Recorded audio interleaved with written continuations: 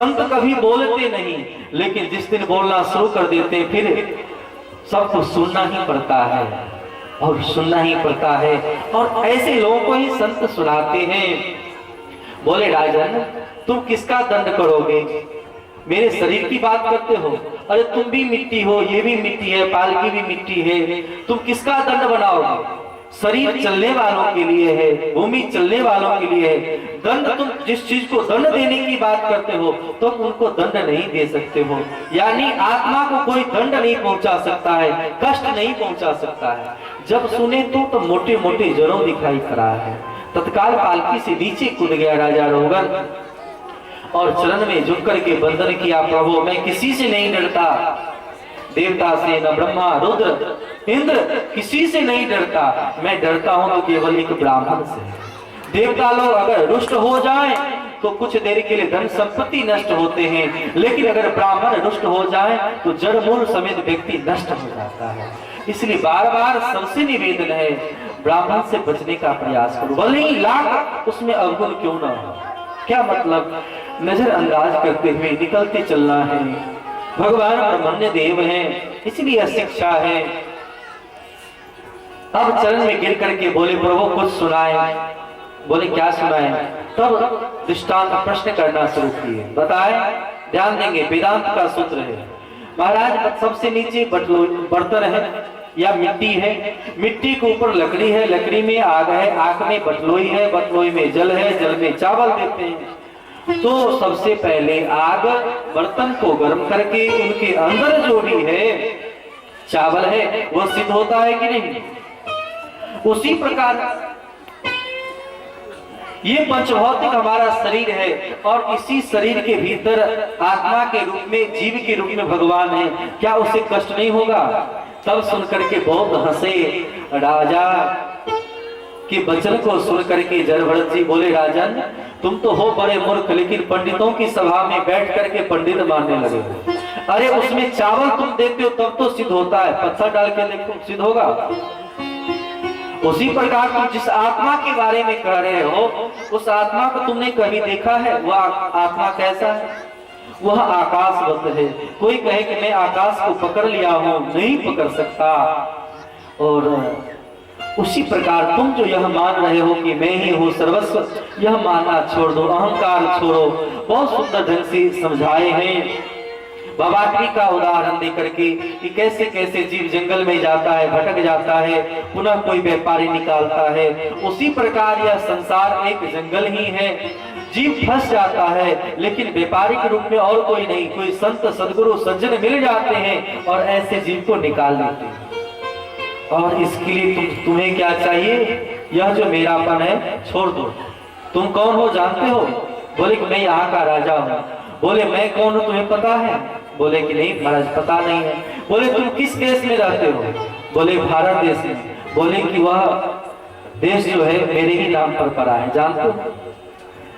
मेरे ही नाम पर इस देश का नाम भारत पड़ा है। लेकिन हमको देखो, एक हिरण के बच्चे में मैं आकर्षित हो गया तो आज मैं कहां पड़ा हूं। अहंकार छोड़ दो। रहो गणे तपसा नयाति न चिज्जयाड प्रणाद वेदा न छंदसाने विजलान सूर्ये विनार महत पादर जो अभिषेकम। समझाए हैं, सुन करके बड़े प्रसन्न हुए और भगवान के सुंदर सत्संग सुना करके वहां से चले गए हैं। पूरे ऊपर लोक नीचे लोक की चर्चा है। सप्त लोक नीचे हैं, अतल वितल सूतल तलातल महातल रासातल और पाताल। और ऊपर है भू भुव स्वह मह जन तप सत्यम, सप्त लोक ऊपर है, सबकी चर्चा बताए। इसी बीच में प्रश्न आया है। श्री सुखदेव जी महाराज से परीक्षित जी ने प्रश्न किया, महाराज राजा रोगन कितने बड़े धर्मात्मा हुए जो आज भरत जी यानी भरत जी से सत्संग करने का मौका मिला, इसका क्या कारण था? इस पर आचार्यों का भाव है कि ये जो राजा रोगन है ये कोई और नहीं, वह हिरण का बच्चा ही था। संतों के सानिध्यता मिलने से वह जाकर के आज राजा बन गया। संत की सानिध्य मिली तो वह हिरण का बच्चा जाके राजा बना। लेकिन राजा अगर उनमें आकर्षित हो गए तो उन्हें आज ब्राह्मण हिरण के बच्चे से लेकर के एक ब्राह्मण बन करके निकलना पड़ा। इसीलिए हम सब के लिए शिक्षा है, कभी भी किसी भी वस्तु में आकर्षित ना हो। जब सब लोगों के बारे में बता दिया गया तब पूछते हैं परीक्षित जी महाराज कि नर्क किधर है प्रभु। तब भगवान श्री सुखदेव बताते हैं कि पृथ्वी लोक से दक्षिण दिशा में कई हजार योजन चलने पर वहां नीचे की ओर वह नर्क लोक है। और 28 प्रकार के नर्क की चर्चा बताते हैं कि किस प्रकार के कर्म करने वाले प्राणी को कौन सा नर्क मिलता है। सुन करके रोने लगे आज परीक्षित जी महाराज। बोले महाराज कोई जीव हमको नहीं लगता है कि स्वर्ग जाएगा, सबको ये नरक में ही रहेगा। तब समझाए कि यह नरक कुछ नहीं है, सरल ढंग से समझाए। नरक क्या है? नरक है धोबी खाना। धोबी के यहाँ वही चादर कपड़े देते हैं जो अत्यधिक गंदा है, और धोबी साफ करके पुनः स्वच्छ करके हमको देता है। उसी प्रकार यह जो जीव जब अनेक प्रकार के अपराध करते हैं तो ऐसे जीव को ही क्या करते हैं तो नरक में डाल करके शुद्ध किया जाता है। जिसे आचार्य चरण कबीरदास जी महाराज ने चदरिया जीनी रे जीनी कह करके संबोधित किया है। आप सब जानते हैं, समय कम है, समझाए हैं। बोले कि प्रभु जो कोई चाहे कि इस पाप से मुक्त हो जाए उनके लिए क्या उपाय है। तब से सरल उपाय बतलाते हैं कि वह है नाम। एक नाम जप कर ले तो समस्त प्रकार के पाप से मुक्त हो जाएगा। ऐसे जीव को नरक में नहीं जाना पड़ेगा। बोले महाराज लेकिन प्रेम से तो कोई कर नहीं पाएगा। तब उनके लिए एक सूत्र बताते हैं, सांकेत्यम पारिहासम वा अस्तोभम हेलनमेव वा वैकुंठ नाम ग्रहणम मसेसा मगहरम विदुः। ऐसे समय बताए कि चिंता ना करिए। अरे भगवान क्या करते हैं, इशारा में आप भगवान के नाम लें, गाली दे करके भगवान के नाम को लें, घृणा की दृष्टि में अगर भगवान के नाम को लें, इशारा में नाम लें, ऐसे समय में भी आपका कल्याण हो सकता है। सुन करके प्रसन्न हो गए। बोले प्रभु ऐसा किसी का कल्याण हुआ क्या? तब कथा सुनाते हैं अजामिल की कि अजामिल उस कथा को सुने। और अजामिल बहुत बातें पाप किया है, पाप करने से उनके घर में अधर्म फैल गया। संत आए, संत की सेवा को किए। संत ने कहा अब जो बेटा हो बेटा का नाम नारायण रखना, नारायण रखोगे तो पाप से मुक्त हो जाओगे। ऐसा ही समय आया, मरने के समय में यम के दूत आए, बेटा को बुलाया, नारायण नारायण रक्षा करो बचाओ। भगवान के पार्षद आए, रक्षा किए, यम के दूतों को फटकार कर भगा दिए हैं कि जाओ तुम ले जाने के अधिकारी नहीं हो। नाम की महिमा को सुन करके अजामिल भगवान का भजन किया और इस संसार को छोड़ करके भगवान में जाकर के निमग्न हो गए। अब बताओ हे परीक्षित, अगर कोई श्रद्धा और प्रेम से अगर अपने सारे कार्य को भगवान में ही सौंप दे या भगवान के नाम को ले तो क्या उनके जीवन में दुख हो सकता है? कोई दुख नहीं होगा। इस प्रकार आज की कथा यही विश्राम। कल भगवान की और मधुर लीला है। कल भगवान की जब कथा प्रारंभ होगी तभी जाकर के हम लोग नरसिंह भगवान का दर्शन करेंगे, भगवान की कच्छप अवतार का दर्शन करेंगे, वामन भगवान का झांकी के माध्यम से दर्शन करेंगे। और दर्शन करने के बाद परशुराम अवतार, उसके बाद राम जी का अवतार भी होगा। राम जी के बधाई को धूमधाम से मनाएंगे। कल राम जी का विवाह उत्सव भी बड़े धूमधाम से मनाएंगे। सब लोग सज धज करके पीले पीले वस्त्र पहन करके जो भी लूटना हो लुटाना हो सब कुछ लेकर के आएंगे, क्योंकि शादी विवाह में आप लोग लेके जाते हैं ना, तो जो कुछ हो सके आप लेकर के जाओ, लेकर के आओ। और उसके बाद भगवान श्री कृष्ण का अवतार भी कल ही होगा अंतिम में। इन सब रूपों को हम लोग कल धूमधाम से जानेंगे, इसलिए अधिक से अधिक संख्या में आप लोग आए। और कल हो सकता है नहीं कि विलंब हो जाए, इसकी तैयारी आप लोग आज ही से कर लेंगे। और अभी से ही जितने भी कार्य कल के होंगे उन सब कार्य को करते हुए और प्रेम पूर्वक आए हम लोग उत्सव का आनंद लेंगे। आइए अपने कर्मों को भगवान में सौंपते हुए इस पद को गाते हुए आज की कथा को यही विश्राम। सब लोग खड़े हो जाएं और मान लें कि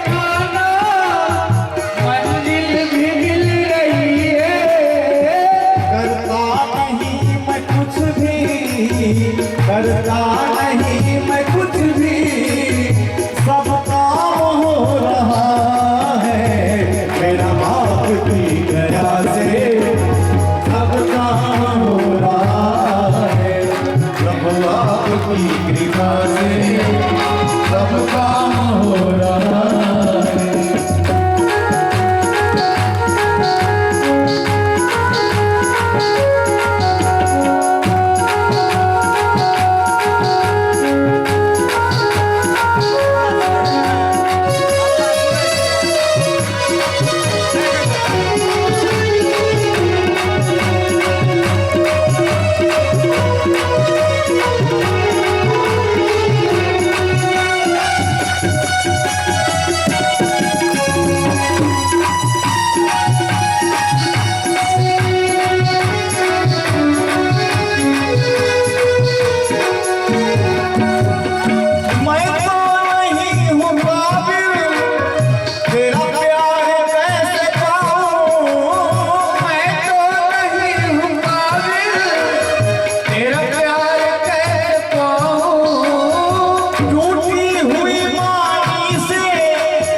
गुणगान कैसे गाऊं, तेरी प्रेरणा से यह सब, तेरी प्रेरणा से यह सब, सब काम हो रहा है सब आपकी कृपा से, सब काम हो रहा है मेरा आपकी दया से।